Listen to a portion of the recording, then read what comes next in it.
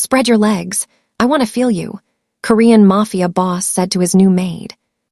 The crisp, sterile air of the Lee estate did little to calm Rashiel's racing heart. Each polished marble floor, each silent, watchful guard, whispered of a power she could barely comprehend, a world far removed from the bustling streets and shadowed past she desperately tried to outrun. Her new position as a maid, secured through a series of hushed interviews and unspoken favors, felt less like employment and more like an induction into an unknown, dangerous order. Lee, the man who owned this empire, was a shadow made flesh, a presence that preceded him, a gaze that felt like a physical weight. Rashiel had been explicitly warned. Discretion was paramount, obedience absolute. Yet nothing could have prepared her for the moment she stood before him in the private study, the room thick with the scent of aged leather and unspoken authority. His eyes, dark and unreadable, fixed on her, stripping away her composure layer by layer.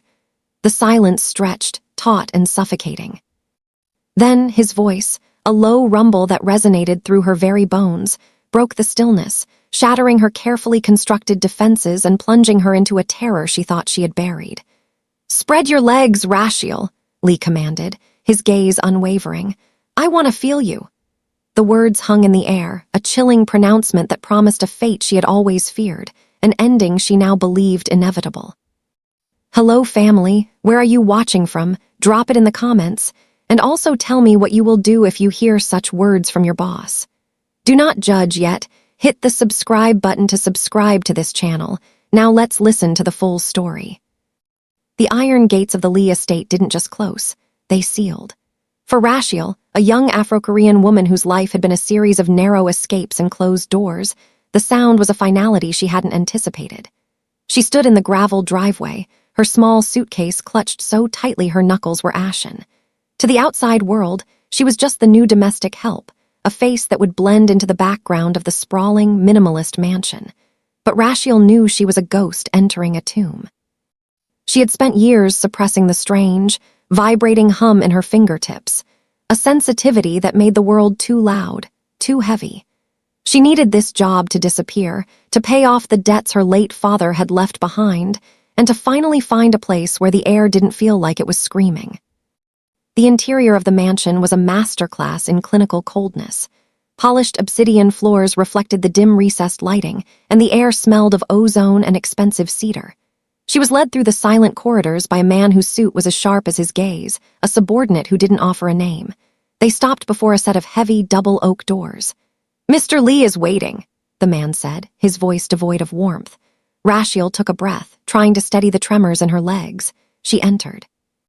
The study was vast, dominated by a desk that looked like a monolith. Standing by the window, his back to her, was Lee. He didn't look like the monsters the tabloids whispered about. He was lean, dressed in a simple white t-shirt that stretched over broad shoulders, his left arm a canvas of intricate ink that climbed up his neck. The silence in the room wasn't empty, it was pressurized. Rashiel felt the familiar hum in her hands grow into a throb. Lee's energy was erratic, jagged, like broken glass. When he turned, his eyes weren't filled with the lust Rashiel had learned to fear in powerful men. They were filled with a desperate, analytical intensity. He paced toward her, stopping just inches away. Rashiel felt the heat radiating from him, but underneath it, a profound, icy void. He didn't offer a greeting. He didn't ask for her credentials.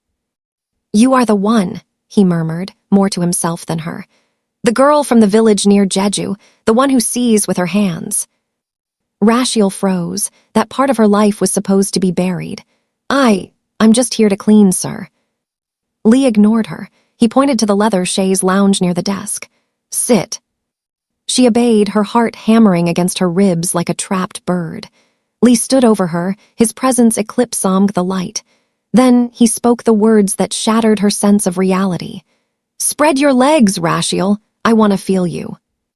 The world tilted. Rashiel's breath hitched, a cold wave of betrayal washing over her. She began to rise, her eyes stinging with tears of anger. "I am not that kind of girl. I'll leave." "Sit down," Lee commanded, his voice a low, vibrating chord that anchored her to the spot. "You misunderstand. Look at my legs." He stepped back, and for the first time, Rashiel noticed the slight tremor in his stance. He pulled up the hem of his trousers, revealing calves that were corded with muscle, but mapped with dark, pulsing veins that seemed to twitch of their own accord. "I have seen every specialist from Seoul to Zurich," Lee said, his voice dropping to a rasp. "They call it idiopathic neuropathy. I call it a curse. It's crawling up, Rashiel. When it reaches my heart, I'm a dead man walking. I was told your maternal lineage carried a gift, a way to map the flow of ghee that medicine ignores.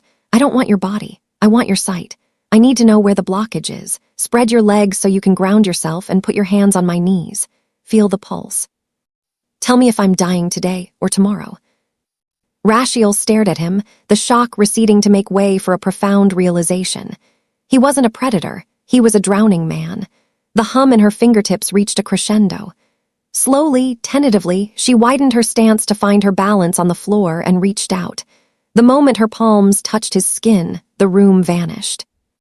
The contact was like touching a live wire.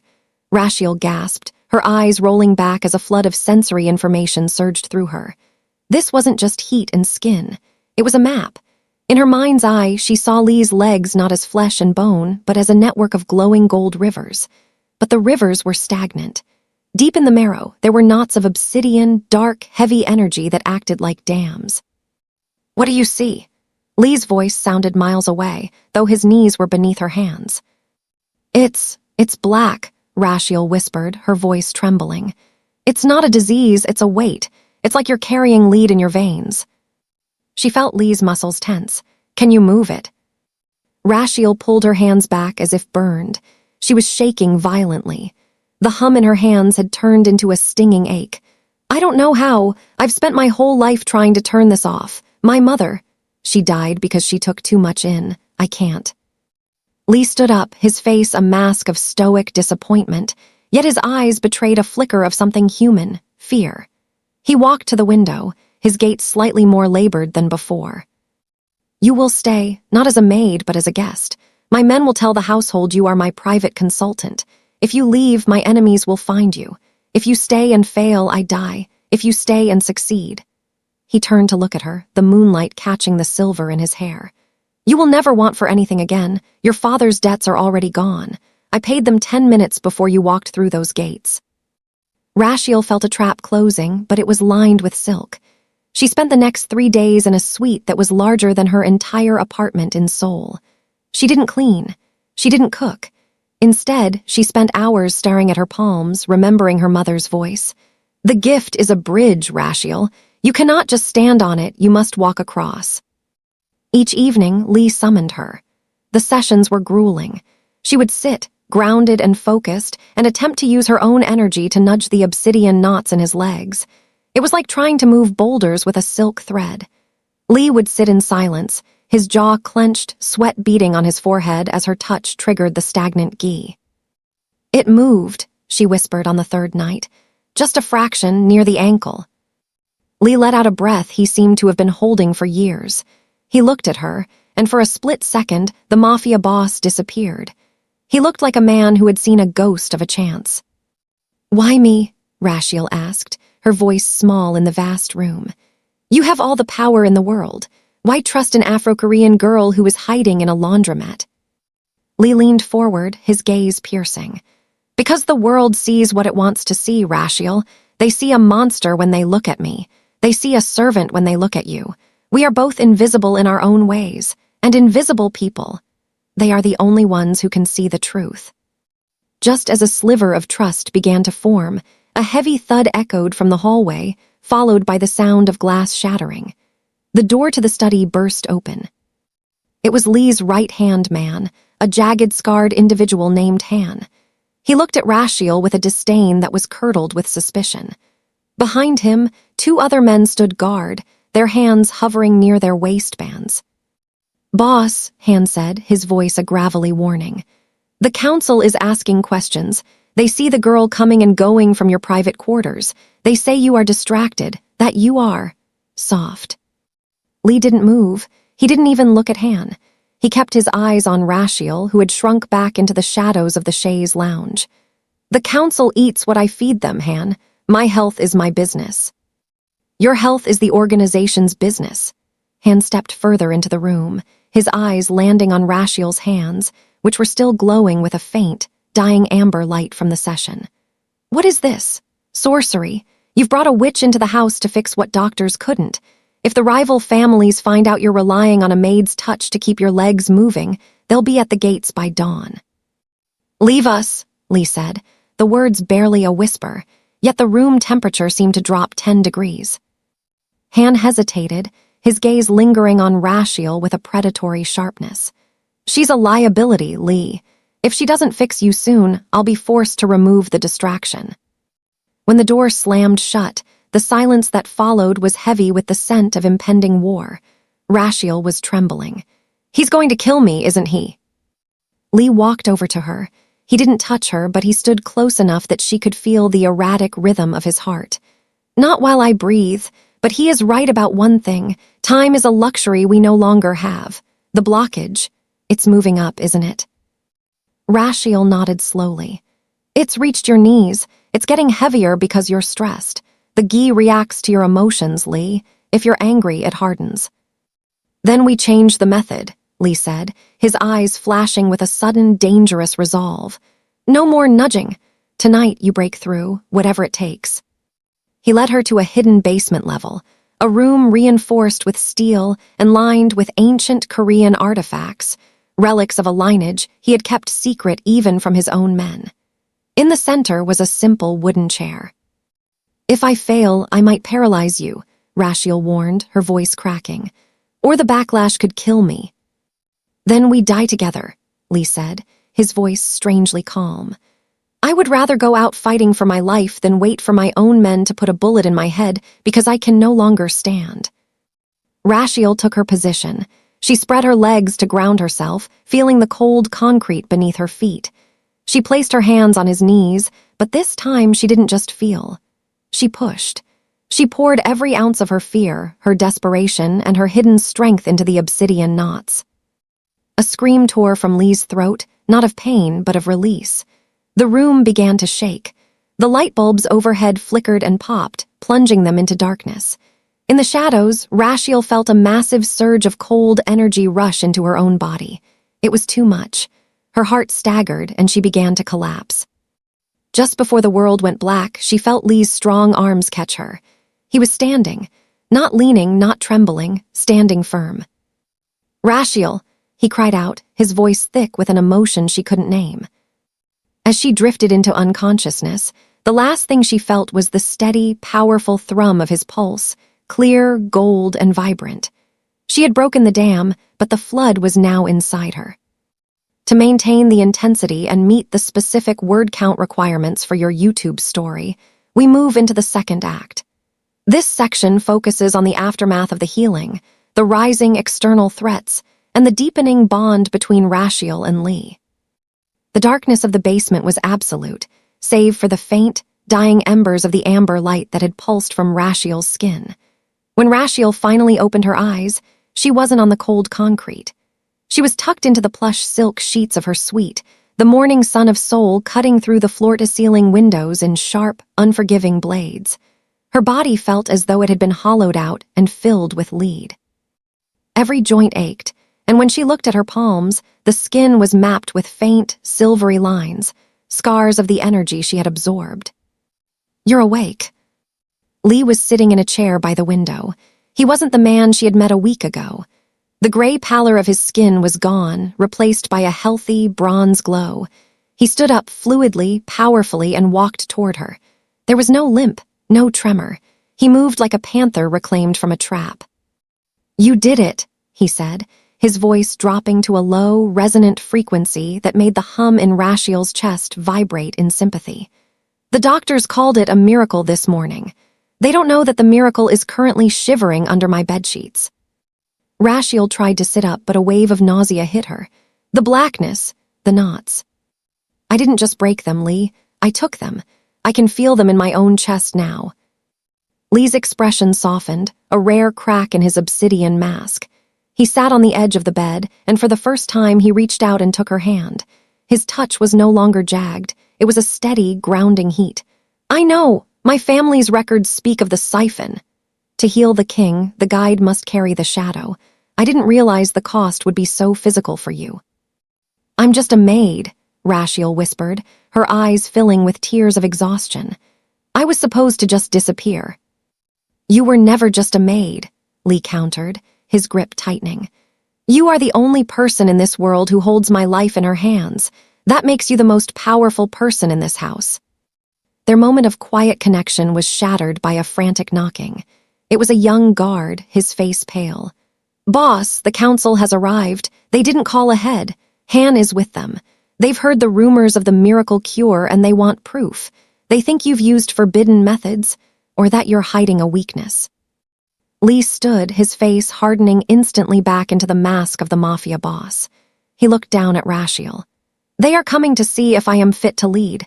If they see you like this, drained, scarred, they will know you are the source. They will take you to use you as a weapon, or they will kill you to weaken me." Rashiel felt a spike of cold terror. "What do I do?" "You will be my guest of honor," Lee said, a dangerous glint in his eyes. "We will not hide you. We will brand you as something they fear more than a maid. Put on the dress I sent. Today you are not Rashiel the servant. You are Rashiel of the House of Lee." The grand dining hall was a cathedral of intimidation. 12 men sat around a table of polished obsidian, the council of elders who governed the underworld's interests. At the head of the table sat Han, his eyes narrow and venomous. When the doors swung open, the room fell into a suffocating silence. Lee walked in first, his stride commanding and effortless. But it was the woman on his arm that caused the collective intake of breath. Rashiel was dressed in a gown of deep emerald silk that complemented the warmth of her skin. Her hair was styled in an elegant, modern crown. Though she felt like she might collapse at any moment, she kept her head high, channeling the last of the amber hum into a facade of stoic power. "You look well, Lee," one of the elders remarked, his voice like dry parchment. "Better than a man who couldn't walk a flight of stairs last month." "I am revitalized," Lee said, taking his seat at the head of the table. Rashiel stood directly behind him, her hand resting lightly on his shoulder. To the council, it looked like a gesture of intimacy. To Lee and Rashiel, it was the only thing keeping her upright. Han slammed a hand on the table. "Enough theatrics. We know this girl isn't a consultant. We've checked the registries. She's a ghost. An Afro-Korean girl from the slums with a dead father and a trail of debt.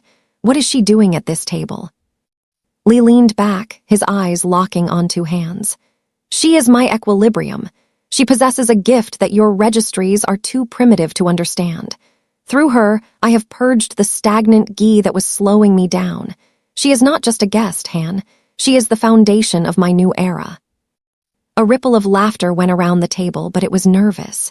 They looked at Rashiel, searching for a sign of weakness. One of the elders, a man known for his cruelty, stood up and drew a small, silver dagger. "If she is so gifted, let her demonstrate. A small healing, or perhaps she can sense the ghee in this room." Before Lee could intervene, Rashiel felt a surge of the obsidian energy she had siphoned from Lee. It burned in her veins, looking for an exit. She stepped forward, her eyes suddenly clouding with a dark, swirling mist. She didn't reach for the man's hand. She simply looked at him. "You have a blockage in your left lung," Rashiel said, her voice sounding deeper, layered with a strange resonance. "It's been there for 3 years. It tastes like copper and soot. If I touch you, I can move it to your heart.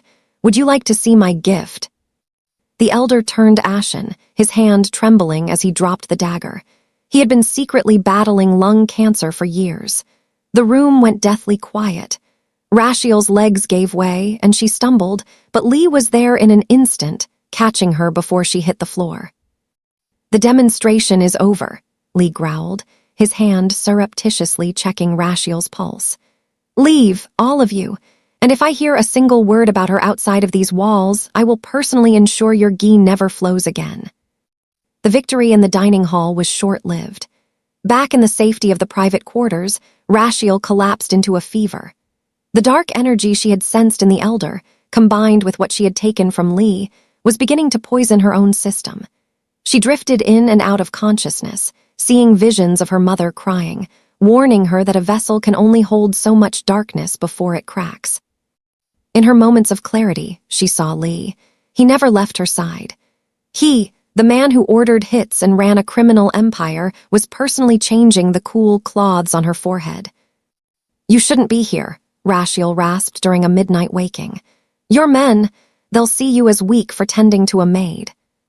"Let them look," Lee whispered, his voice thick with exhaustion.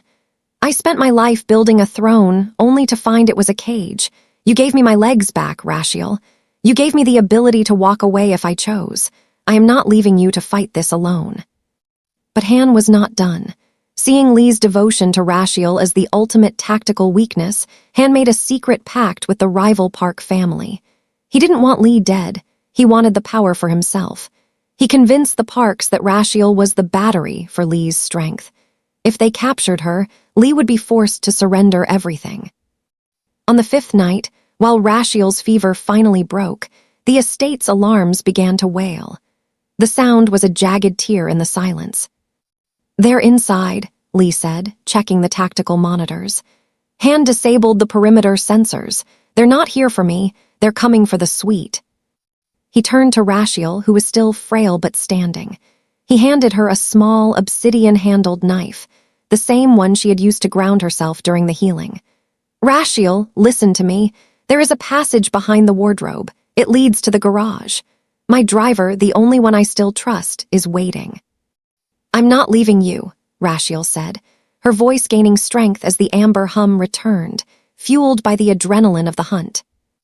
"You have to," Lee insisted, grabbing her shoulders. "You are the light they want to extinguish. If they take you, they win everything. I will hold the hall. Go." As Rashiel entered the dark, narrow passage, she heard the heavy oak doors of the suite splintering. She heard Lee's voice rising in a battle cry, followed by the deafening roar of gunfire. She ran, the silver scars on her palms glowing in the dark, her heart breaking with every step. She had finally found someone who saw her, and now she was being forced to leave him in the shadows. But as she reached the end of the tunnel, she didn't find the driver. She found Han, standing by a black sedan, a silenced pistol in his hand and a smirk on his face. "Hello, little bird," Han sneered. "Let's see how much Lee is willing to trade for his miracle." Rashiel stopped, the hum in her hands turning from a gentle vibration into a violent, thrumming heat. She looked at Han, and for the first time in her life, she didn't feel like a victim. She felt like a storm. Han stepped forward, the barrel of the silenced pistol cold and unwavering. "Do you know what you are, Rashiel? You're a curiosity, a high-stakes pawn. Lee thinks he loves you, but he loves the way you make him feel, invincible." Rashiel didn't move. The fear that had defined her life for 24 years was still there, but it was being incinerated by a new, violent heat. The obsidian energy she had taken from Lee, the shadow of his illness, wasn't just sitting in her chest anymore. It was responding to the malice in front of her. "You think I'm a battery," Rashiel said, her voice echoing with a strange, metallic edge. She took a step toward Han. The gravel beneath her feet seemed to vibrate. "You think you can just plug me into your own ambitions." "Stay back," Han warned, his finger tightening on the trigger. He saw it then. The silver scars on her palms weren't just glowing. They were bleeding a dark, smoky mist. Rashiel ignored the gun. She thought of Lee fighting alone in the suite, of her mother dying in a shack because she was too afraid to use what she had, and of the debt she no longer owed. She reached out, not to touch Han, but to pull. She imagined the air between them as a physical cord. "You want to feel what Lee felt," she hissed. "Feel the weight of every life you've ruined." She threw her hands forward. A shockwave of dark, stagnant energy, the very essence of the illness she had siphoned, slammed into Han. There was no flash of light, only a sudden, sickening silence. Han's eyes went wide. The gun slipped from his fingers as his legs buckled, the dark veins Rashiel had seen on Lee appearing instantly on his own throat. He collapsed, gasping for air that felt like liquid lead in his lungs. He wasn't dead, but he was grounded by the very darkness he sought to control. Rashiel staggered, her vision blurring. Using the energy had drained her, but she couldn't stop. She turned back toward the mansion. The gunfire had stopped. A terrifying silence had taken its place. She began to run, not away from the danger, but back into the heart of it. The suite was a ruin. The scent of gunpowder and expensive cedar hung heavy in the air. Rashiel burst through the splintered doors to find Lee slumped against the mahogany desk. 3 men lay unconscious or dead on the floor, but Lee was pale, clutching a crimson stain on his side. "Lee," she cried, dropping to her knees beside him. He looked up, a bloody smile tugging at his lips. You were supposed to be gone, Rashiel. You were supposed to be safe." "I'm never going to be safe if I'm running," she whispered, her hands already hovering over his wound. "Don't," Lee gasped, catching her wrists. "You've taken too much already. I can feel you fatting. If you take this pain too, your heart won't stand it." "Then we divide it," Rashiel said. She remembered the ancient texts Lee had shown her, the ones about the equilibrium. It wasn't about one person carrying the burden. It was about 2 people sharing the flow. She pressed her forehead against his. She didn't just push the energy this time. She opened a circuit. She allowed the vibrant, gold ghee she had restored to him to flow back into her, while she sent the grounding, calming energy of her own spirit into him. It was a dance of light and shadow. The room seemed to pulse with a rhythmic, amber glow. Outside, the council's remaining loyalists and the rival park family members were closing in on the room. They heard the hum. They felt the air grow thick with a power they couldn't understand. When the doors finally creaked open, they didn't find a dying boss and a terrified maid.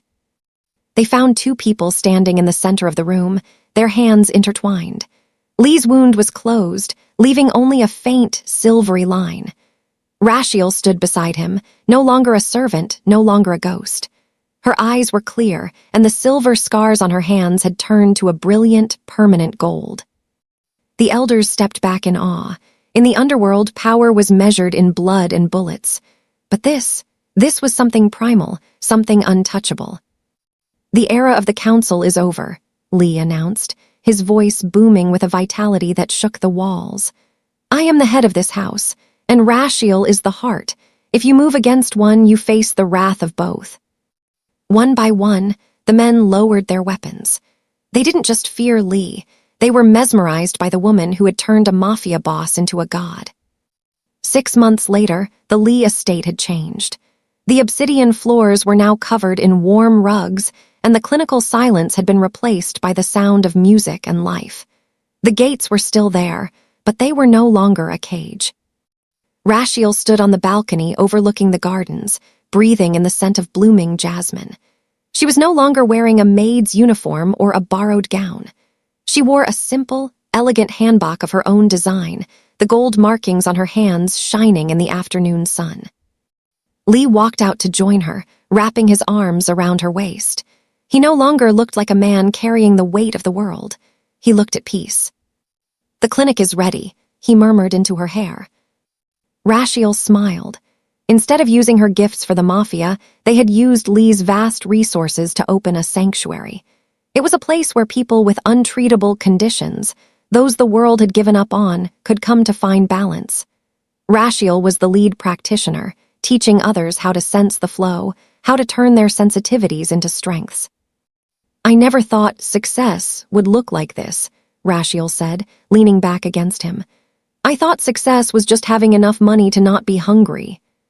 "Success is being seen," Lee replied, turning her to face him. He reached into his pocket and pulled out a ring, not a diamond, but a band of solid gold inlaid with a sliver of obsidian. "It's finding the person who knows your darkness and isn't afraid to touch it." He dropped to one knee, a gesture that would have been unthinkable for the Lee of the past. But he wasn't just a boss anymore. He was a partner. "Rashiel, you didn't just fix my legs. You fixed my soul. Will you stay by my side?" "Not as my equilibrium, but as my wife, as the queen of everything I build from here." Tears of joy, pure and untainted by the past, blurred Rashiel's vision. She looked at the man who had asked her to spread her legs so he could survive, and realized that in that moment of terror, they had both been reborn. "Yes," she whispered. As they kissed, a soft, golden hum resonated through the estate. It wasn't a warning this time. It was a song. They had taken a world built on violence and built a foundation of healing. Rashiel, the Afro-Korean girl who was once a ghost, had finally found her home. And Lee, the man who was once a monster, had finally found his humanity. The achievement wasn't just in the wealth or the power they held. It was in the fact that they were no longer invisible. They were whole.